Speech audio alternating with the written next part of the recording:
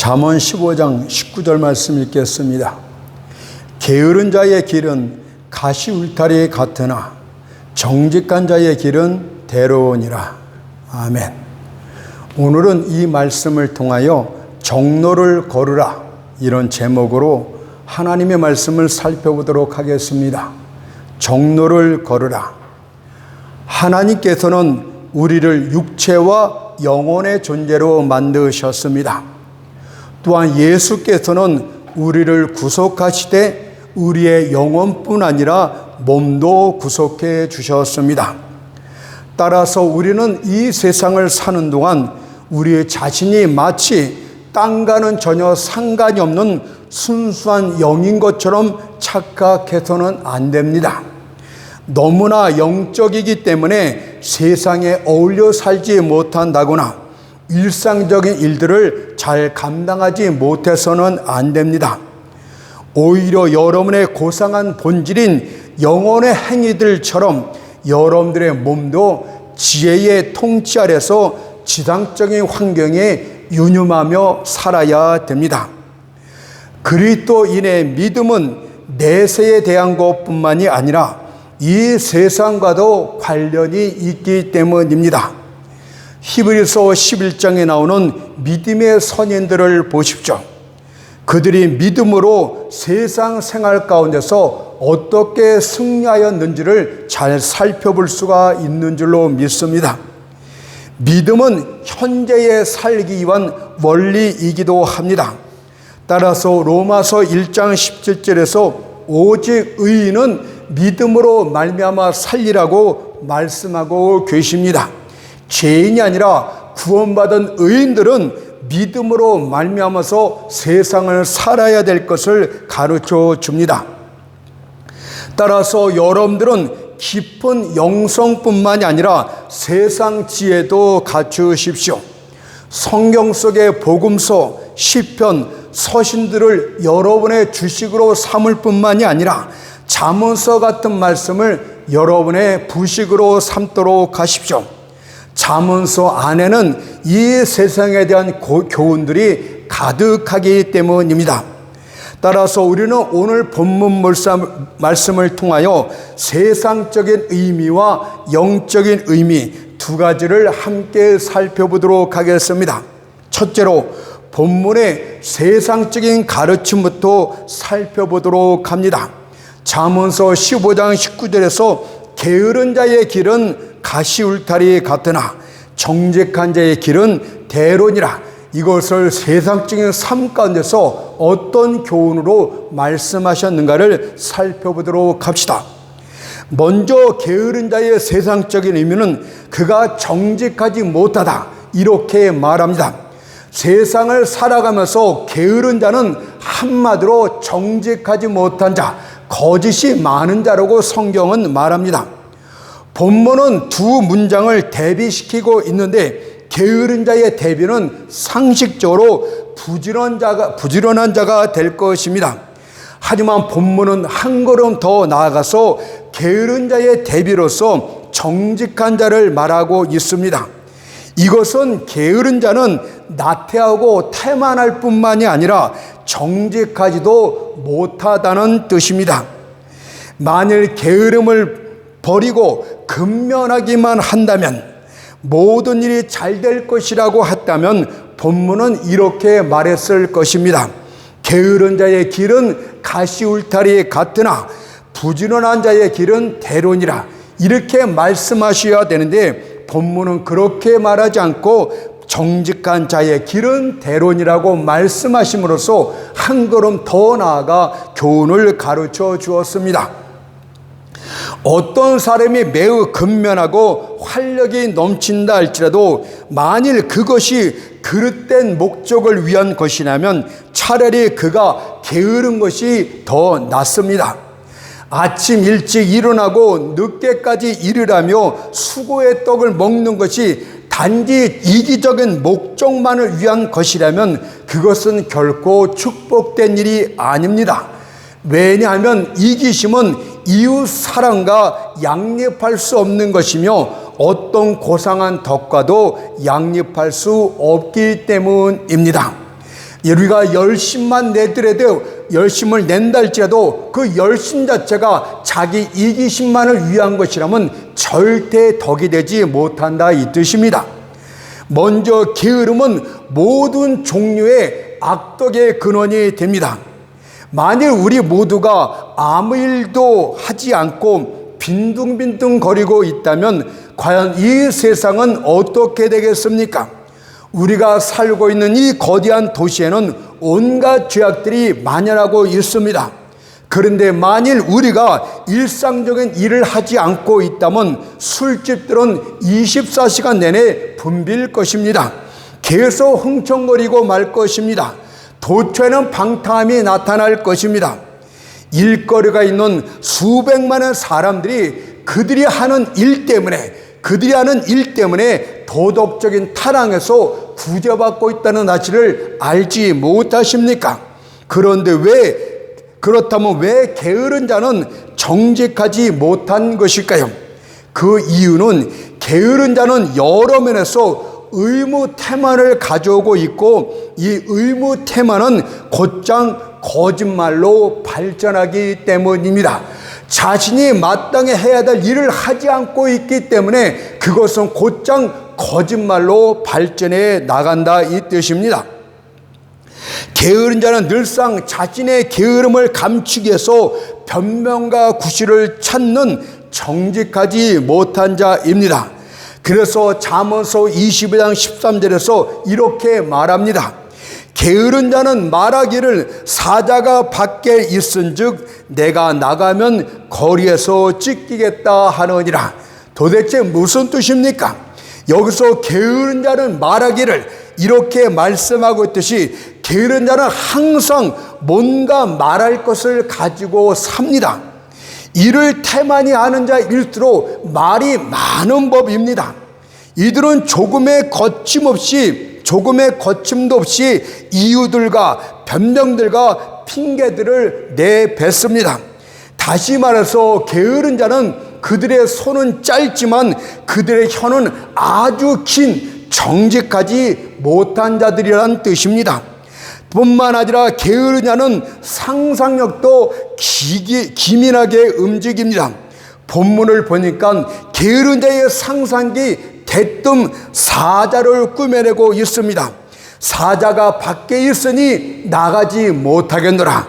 이 얼마나 창의성이 풍부한 핑계란 말입니까? 이들은 하찮은 개가 있기 때문에 밖에 나가지 못한다고 말하지 않습니다. 이들은 짐승의 왕인 사자를 끄집어내어서 자신의 변명을 그럴듯하게 꾸미고 있습니다. 이 말뜻은 자신은 하찮은 어려움 때문에 그 일을 못하는 것이 아니라 훨씬 큰 어려움 때문에 공부를 못한다, 일을 못한다, 이렇게 변명을 대고 있지 않습니까? 그럴듯한 그 사자를 끌어들이고 있어요. 쥐새끼를 끌어들인 것도 아니고, 여러분들 개를, 강아지를 끌어들인 것도 아니고, 누구나 인식할 만한 사자, 누구도 사자를 이길 수 없으니까 사자를 끌어들이면서 자기의 변명을 늘어놓습니다. 또한 사자들이 거리에 있다고 합니다. 사자들은 거리에 없습니다. 광야나 정글 속에 있습니다. 그럼에도 불구하고 그는 길거리에 밖에 사자가 있기 때문에 나가지 못한다고 합니다. 이 말뜻은 어떤 거짓된 변명을 만들어서라도 도저히 일어날 수 없는 일을 창하나내서라도 그들은 자신의 게으름을 정당화시키려고 합니다. 혹시 그들이 사자 한 마리를 이끌어서 변명하였지만 그것이 통하지 않습니까? 그들은 대뜸 또 한 마리의 사자를 끌어들일 것입니다. 한 마리의 사자가 길 왼편에 웅크리고 있으면 그들은 길 다른 편으로 지나가면 될 것입니다. 그러나 이제는 길 왼편과 오른편에 모두가 사자가 있기 때문에 도저히 어쩔 수가 없었다, 이런 식으로 거짓말을 늘어놓으며 자신의 게으름을 합리화시키고 있습니다. 그래서 게으른 자는 정직할 수가 없습니다. 이들의 거짓말은 점점 늘어나게 될 것이고, 필요하다면 사자 100마리까지 만들어내게 될 것입니다. 두 번째로 게으른 자는 지혜가 없는 자다, 이렇게 말씀드릴 수가 있습니다. 게으른 자는 한마디로 머리가 텅 빈 자입니다. 이들은 잔깨는 아주 능숙합니다. 그러나 참된 지혜는 가지고 있지 못합니다. 왜냐하면 이 게으른 자들은 기회가 다가오지만 그 기회들을 사용할 줄 모르기 때문입니다. 이들의 경우 날은 수없이 오고 가지만 그 시간들을 아무 목적 없이 흘려보내고 있습니다. 이들은 포도원을 가지고 있으되 그것을 개간하지 않고, 밭을 가지고 있지만 그것을 경작할 때를 계속 놓치고 있습니다. 성경은 이런 지혜가 없는 바보 같은 게으른 자들을 이렇게 말했습니다. 잠언서 24장 30절 31절을 보니까 게으른 자의 밭과 지혜 없는 자의 포도원을, 게으른 자하고 지혜 없는 자를 같이 표현하고 있어요. 게으른 자의 밭과 지혜 없는 자의 포도원을 지나며 본즉 가시 덤불이 퍼졌으며 거친 풀이 지면에 덮였고 돌담이 무너졌기로. 여러분들의 최후의 인생밭이 그렇게 될 것이라 이 뜻 아닙니까? 과연 밭에 씨를 뿌릴 기회를 놓친 자가 어떻게 추수를 기대할 수 있단 말입니까? 만일 그가 밭을 개간하지 않았다면, 만일 그가 밭을 일구고 좋은 씨를 뿌리지 않았다면 그는 절대 거둘 것이 없게 됩니다. 그 땅은 단지 그에게 가시와 엉겅퀴만 생산할 뿐 더 이상 아무것도 기대할 수 없습니다. 솔로몬은 밭을 돋구는 가시덤불과 쇠기로부터 아주 좋은 교훈을 이끌어냈습니다. 세상에는 가시덤불에 찔리는 사례는 많지만 그것으로부터 교훈을 얻는 자는 아주 적습니다. 찌르는 가시는 무엇을 상징합니까? 장차 여러분들에게 시련과 고통이, 근심과 혼란들이, 이런저런 고초들과 실망들이 닥쳐오게 된다는 뜻 아닙니까? 게으른 자는 씨 뿌린 기회를 놓쳐버린 미련한 자입니다. 따라서 훗날 그들의 인생밭들은 찌르는 가시들만이 무성하게 될 것입니다. 그리고 그 게으름의 가시들은 점점 모여서 가시 울타리가 될 것이라고 말했어요. 이들이 뒤늦게 깨닫고 좀 더 나은 삶을 위해서, 좀 더 행복한 삶을 위해서 앞으로 나아가 보려고 하지만 이미 앞길은 가시 울타리로 꽉 막혀버리고 말았습니다. 게으른 자들이여, 오늘의 게으름은 훗날 여러분에게 무거운 빚이 될 것입니다. 그 빚덩이는 없어지는 것이 아니라 점점 누적되어서 여러분들을 쫓아오고 여러분들을 짓누르게 될 것입니다. 마치 눈 덮인 러시아 평원을 가로질러 가는 사람을 사냥기 위해 쫓아오는 이리들처럼 태만히 했던 일들과 의무들이 여러분들을 뒤쫓아와서 벗어날 길이 없게 될 것입니다. 그러니 인생을 쉽게 살려는 여러분들이요, 잠언 24장 33절 말씀처럼 좀 더 자자, 좀 더 졸자 하는 이들이요, 만일 현재 여러분이 할 의무를 태만히 하게 된다면 방탕함이 강도같이 돌아오게 될 것이며 궁핍함이 군사같이 이르게 될 것입니다. 여러분이 학생이건 목수이건 벽돌공이건 직장이건 목사이건 관계없이 여러분들의 길은 가시울타리로 막혀 더 이상 앞으로 나가지 못할 것입니다. 한마디로 여러분의 삶을 그렇게 어렵게 만들었던 것은 바로 과거의 여러분의 게으름 때문이었습니다. 다음으로는 정직한 자의 길은 대론이라, 이 말씀을 한번 살펴보도록 합시다. 세상 일과 관련해서 게으른 자를 살펴봤다면 이제 정직한 자를 한번 살펴보도록 합시다. 여기서도 정직은 앞의 게으름과 관련해서 생각하게 된다면 먼저는 일심으로 부지런한 자가 정직한 자다, 이 뜻이 되겠습니다. 세상 일들과 관련해서 일심으로 행하는 것이 바로 정로를 걷는 것이요 정직한 자의 길이 됩니다. 이것은 가만히 생각해 보면 이례적인 일이 결코 아닙니다. 전심전력으로 자신이 해야 될 일을 하는 사람이 형통하고, 그 반대로 전심전력으로 하지 않는 사람이 실패하는 것은 세상 보편적인 법칙입니다. 여러분 주변의 가게들을 살펴보십시오. 과연 가게를 성장시킨 이들이 누구입니까?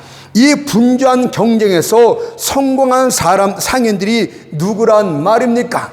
게으른 자들입니까? 아닙니다.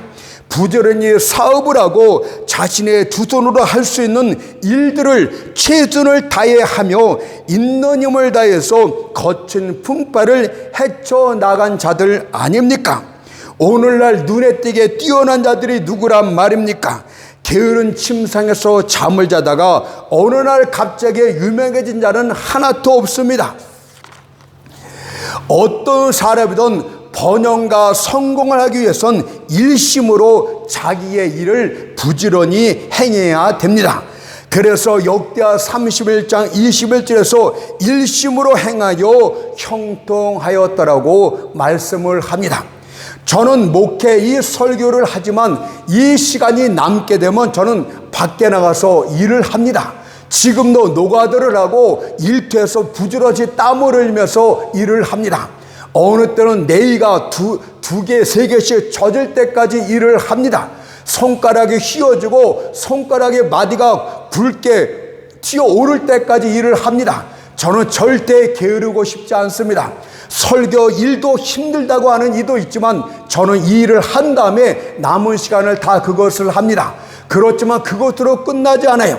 저는 미래의 꿈을 위해서 또 공부를 합니다. 시험 준비를 하고 무엇인가 끊임없이 합니다. 저는 해야 될 일을 최선을 다해서 하고 있습니다. 그래서 떳떳하게 이 말을 여러분에게 전할 수 있는 것입니다. 시간을 쪼개서 두 가지, 세 가지 일을 끊임없이 하고 있지 않습니까? 여러분도 그렇게 하도록 하십시오. 그냥 목회자로 해서 그냥 남이 주는 거 그냥 좋은 것만 먹지 말고 편히 쉬지 말고 그냥 남의 설교 베껴서 잠깐 이야기하지 말고 제발 최선을 다해서 자신의 인생을 살도록 하십시오. 이것은 상업적인 일에서뿐만이 아니라 인생 다른 길에서도 마찬가지입니다. 만일 어떤 이가 과학적인 발견을 했다면 그는 우연히 그런 발견을 한 것이 아닙니다. 다만 끊임없이 노력하고 연구하는 과정에서 그런 과학적인 진리를 발견하게 되는 것입니다. 사람들은 한마디로 각자 자기의 행위대로 보응을 받습니다. 그들은 자기가 판 우물에서 물을 마시게 될 것이고 자신이 전에 뿌린 씨앗에서부터 빵을 얻게 될 것입니다. 그래서 잠언서 14장 14절에서 마음에 패려한 자는 자기 행위로 보응이 만족하겠고 선한 사람도 자기의 행위로 그러하리라고 말씀하고 있는 것 아닙니까? 또한 정직이란 말은 죄악을 멀리하라는 뜻이 됩니다. 커다란 곤경과 역경들은 악인에서뿐만이 아니라 선한 사람들에게도 똑같이 찾아옵니다. 사업상의 어려움들은 부정직한 사람에서뿐만이 아니라 정직한 사람에게도 닥쳐오게 됩니다. 그런데 성도들이 많은 어려움에 빠지게 되면 죄악에 손을 대는 자들이 있습니다. 사업이 어려워지자 불법을 시도합니다. 궁핍에 빚지자 세상과 손을 잡습니다. 목회자들 가운데도 이런 못된 사람들이 많습니다. 아주 그릇된 거짓으로서 편하게 돈을 벌려고 하는 자가 얼마나 많은지 모릅니다. 그러나 성도들이여, 그렇게 하지 마십시오. 정로를 걷도록 하십시오.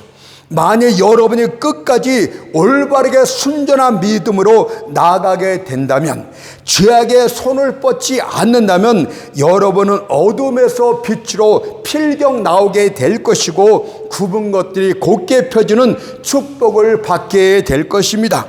만일 믿기지 못하겠습니까? 지금이라도 나이 많은 은혜로운 하나님의 사람들을 찾아가 그들의 간증 이야기를 들어보십시오. 그러면 그들은 이렇게 말해줄 것입니다. 내가 과거에 어려움 중에 있을 때에도 세상과 타협하지 않고 인내하며 노력하였더니 하나님의 도우심이 나타났습니다. 에베네셀의 돕는 축복이 내게도 임했습니다. 이렇게 말합니다. 하나님의 도우시는 에베네셀의 축복은 게으른 자에게 나타나는 것이 아니라 최선을 다한 자에게 나타난다는 것을 잊지 마십시오. 한 걸음 더 나아가 여러분이 조용히 묵상하는 시간에 여러분들의 일기장을, 과거의 일기장을 다시 한번 들춰보도록 하십시오. 그리하면 하나님께 영광 돌릴 사건들을 발견하게 될 것입니다. 하나님의 구원의 손길이 자주 있어 왔음을 발견하게 될 것입니다. 하나님의 임재 아래서 물 같던 시험에서도 침몰되지 않을 수 있었고, 불 같던 시험에서도 타지 않았다는 사실들을 발견하게 될 것입니다. 여러분들의 마음의 소원의 기도에 응답하신 하나님의 선하심을 발견하게 될 것입니다. 지나온 인생길에서 하나님의 도우심이 반복해서 났다는 것을 발견하게 될 것입니다.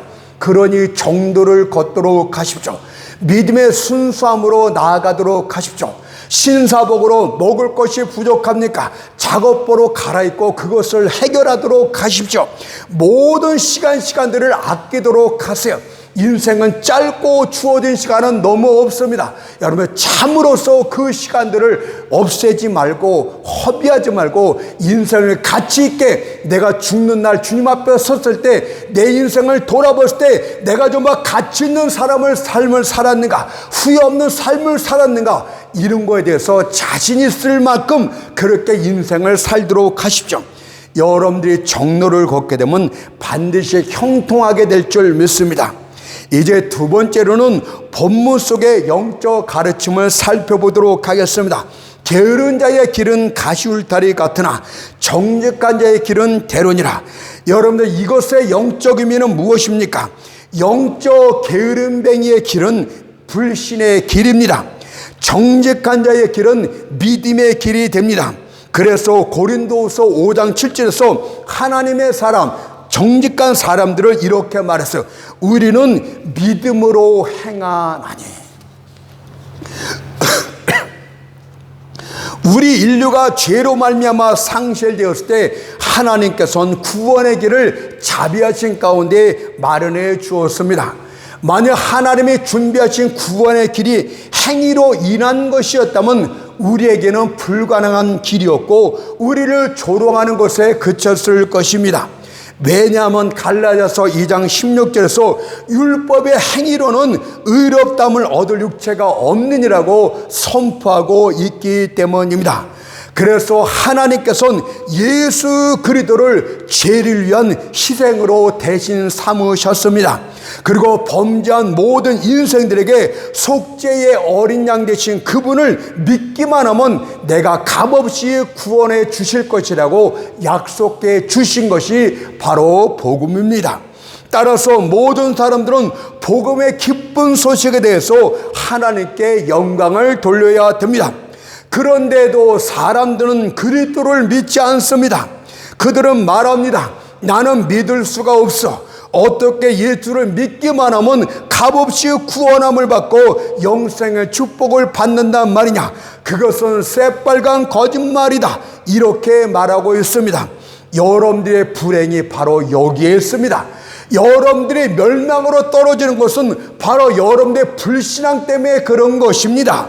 여러분들 요한복음 8장 45절을 보니까 내가 진리를 말함으로 너희가 나를 믿지 아니하는도다. 얼마나 이상한 말입니까? 진리를 말하면 믿어야 되는데 세상 사람들의 거짓된 성품은 진리를 말하면 말할수록 더욱더 그것을 믿지 않는다고 이상한 역설적인 말을 하고 있지 않습니까? 여러분들, 세상 사람들은 복음이 진리이기 때문에 믿지 않는데요. 여러분들, 종교적인 사교육에 빠진 사람들을 보십시오. 얼마나 거짓된 말입니까? 그런데도 거기에 멍청하게 빠져들고 있습니다. 거짓말이기 때문에 자기의 더러운 성품, 자신의 거짓된 성품에 취향에 맞기 때문에 빠져들고 있는 것입니다. 빤히 들여다보이는 거짓말 앞에서 마치 냄비에서 뛰어오르는 고기들처럼 펄쩍펄쩍 뛰어오르는 그들의 모습을 볼 적마다 한심하기 그지없습니다. 어떻게 거짓말은 철석같이 믿으면서 진리는 복음은 믿지 않는단 말입니까? 여러분들, 한마디로 복음은 진리이기 때문에 거짓된 그들의 성품과는 맞지 않습니다. 시편 116편 11절에서 모든 사람이 거짓말장이라 하였도다. 또 한 가지 이유는 그들이 너무나 교만하기 때문에 복음을 믿지 않는 것입니다. 여러분은 구원을 받으려면 죄인의 위치에서 구원을 받아야 됩니다. 죄인의 위치에 들지 않고 내가 죄인임을 고백하지 않고 인정하지 않으면 예수님은 여러분들을 위해서 구원의 길을 열어주지 않았습니다. 여러분들에서 십자가를 지신 것이 아닙니다. 죄인들을 위해서 그분은 구원의 길을 여신 것입니다. 여러분의 공로나 행위는 전적으로 구원과는 무익합니다. 그래서 그들은 복음을 거부하는 것입니다. 너무 교만하고 오만하기 때문에 자신의 고행을 통해서, 자신의 수련을 통해서, 자신의 금욕생활을 통해서, 자신의 착한 행실을 통해서 구원에 이르기를 좋아하기 때문에 복음이 싫은 것입니다. 만일 여러분에게 누구든지 자기 집에서 맨발로 출발하여 땅끝까지 이르게 되면 구원함을 받을 것이다, 이렇게 선포했다면 오늘 당장 지금 비가 오고 날씨가 흐리지만 출발을 할지도 모르겠습니다. 이처럼 교만은 값없이 주시는 하나님의 은혜를 거부하고 있습니다.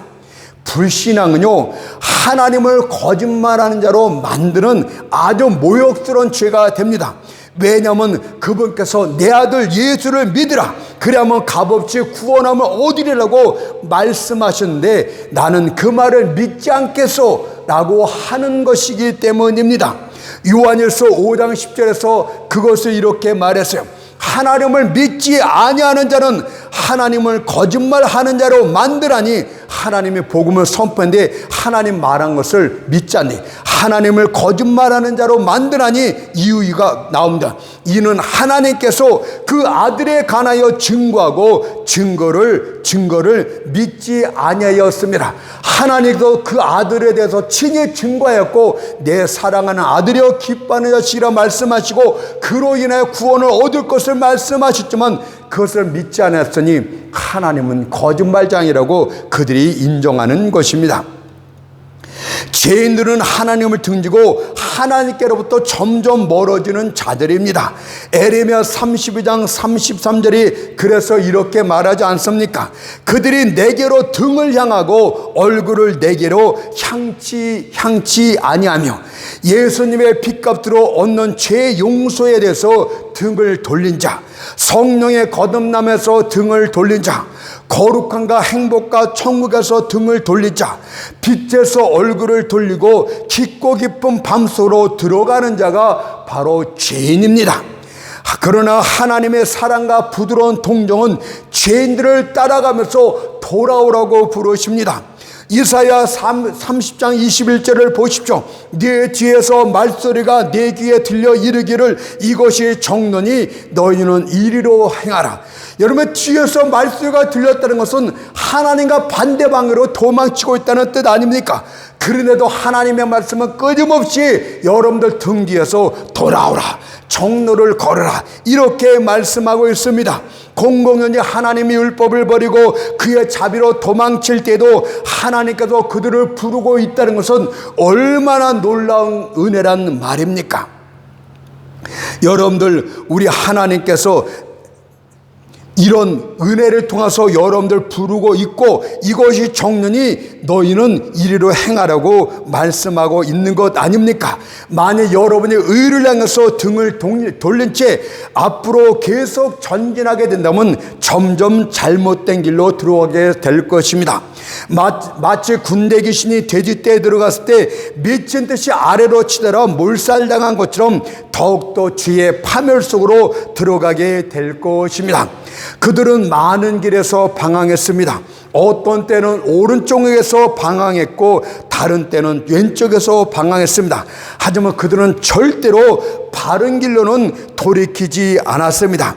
이 길로 갔다 저 길로 갔다 하지만 하나님이 원하는 길로는 가지 않았다는 뜻입니다. 과연 그들의 길이 복된 길이었습니까? 탕자를 보면 됩니다. 탕자가 아비 집을 떠나 먼 나라로 갔습니다. 그는 거기서 제멋대로 살며 허랑방탕했습니다. 그 결과가 무엇이었습니까? 재산을 다 허비했고 다 없이 한 후에는 그곳에 큰 흉년이 들어 돼지가 먹는 쥐염열매조차 얻지 못하는 가장 비루하고 비참한 존재로 전락하고 맙니다. 이것이 게으른 자의 걷는 길의 결과 최후입니다. 그럼에도 불구하고 끝까지 그 길을 걷게 되면 여러분들 영원한 파멸과 멸망으로 들어가게 됩니다. 마가복음 9장 48절 49절 말씀을 보세요. 거기는 구더기도 죽지 않고 불도 꺼지지 아니하느니라. 사람마다 불로써 소금 치듯함을 받으라고 말씀하고 있습니다. 여러분들 이미 분명히 정해진 교훈이 있습니다.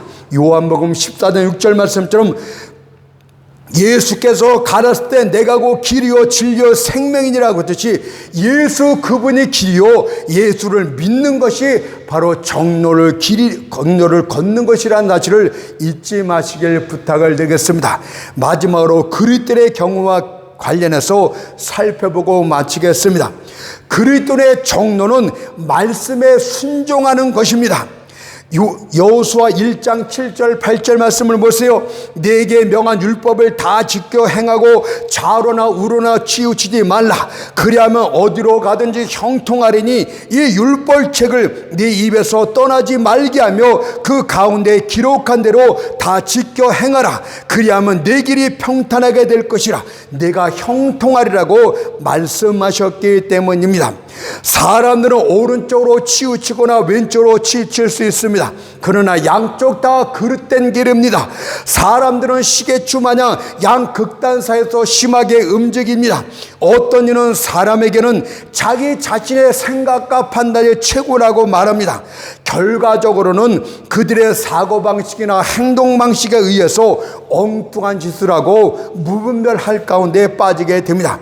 이들은 마치 운물가에서 인생의 지도자를 찾는 것 같으나 운물 속에 비친 지도자의 모습은 바로 자기 자신, 멍청한 자기 자신 이에는 아무것도 보이지 않습니다. 자기가 모든 것을 판단하고 결정하는 이들이요, 여러분들의 지도자는 아주 잘못됐습니다. 내일 일을 알지 못하는 여러분들이 무슨 인생의 지도자란 말입니까? 또 다른 어떤 이들은 자신의 판단을 모두 포기한 채 이런저런 권위를 가진 자들을 맹목적으로 따릅니다. 이들은 마치 생각하는 일이 실증이라도 나는 것처럼 다른 이들이 자신들을 대신해 생각해달라고 말하고 있습니다.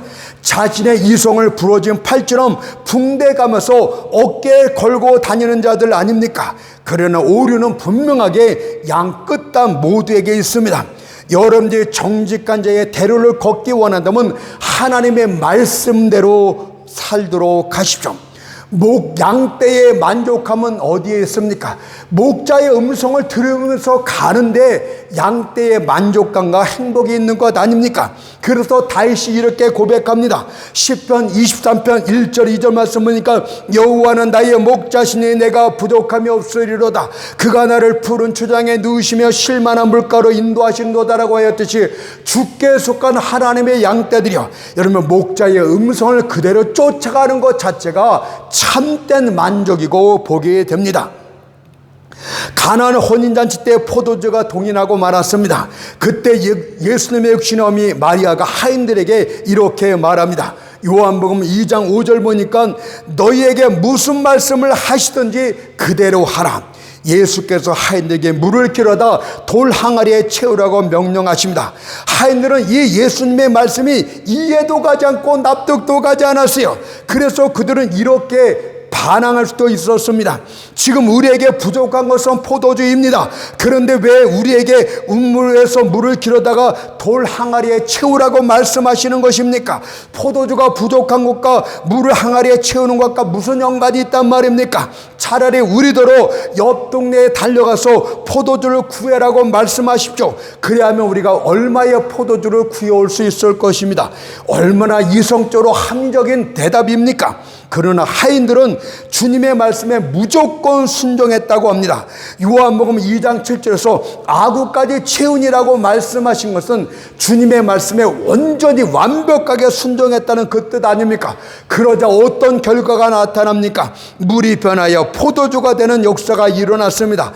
하나님의 말씀은 이처럼 여러분에게 기쁨의 포도주를 갖다 줄 수 있는 권능이 있는 것입니다. 그런데 어찌 그분의 말씀에 순종하지 않을 수 있단 말입니까? 사무엘상 15장 22절에서 순종이 제사보다 낫고 듣는 것이 수양의 기름보다 나으니라고 말씀한 것 아닙니까? 그러니 그분의 말씀에 온전히 순종하십시오. 그러면 여러분들이 가는 길에 어려움들이 사라지게 될 것이고 골짜기들은 도단하게 될 것이며 산과 언덕들은 낮아지고 굽은 것들은 곧게 펴지며 거친 것들은 평탄하게 될 것입니다. 이것이 바로 말씀에 순종하는 정직한 자의 길이며 이 길이 바로 형통함의 대로가 되는 것입니다. 물론 지금 당장은 그 길이 평탄하지 않을 수도 있습니다. 그래서 그분의 말씀에 순종하는 것이 과연 옳은 것인가 갈등할지도 모르겠습니다. 그러나 베드로전서 2장 6절을 보세요. 저를 믿는 자는 부끄러움을 당치 아니라고 했듯이 그분의 말씀에 우직갈대로 순종하는 자들은 결코 수치스러운 일을 당하거나 당하게 되는 일이 결코 없을 것입니다. 내가 너무 어린아이처럼 그분의 말씀을 믿었나 보다, 나는 이제 모든 것을 잃게 되었도다, 이런 후회가 없게 된다는 뜻입니다. 도리어 스바 여왕처럼 열왕기상 10장 7절의 말씀처럼 내게 말한 것은 절반도 못 되니라고 크게 감탄하며 기뻐하게 될 줄 믿습니다. 이제 때가 되면 주의 손이 나타납니다. 가장 적절한 시간에 신적 권능이 개입하게 됩니다. 그때 정직한 자의 길은 대로가 될 것이고 정직한 자가 바라고 기대하던 모든 일들이 성취하게 될 줄 믿습니다.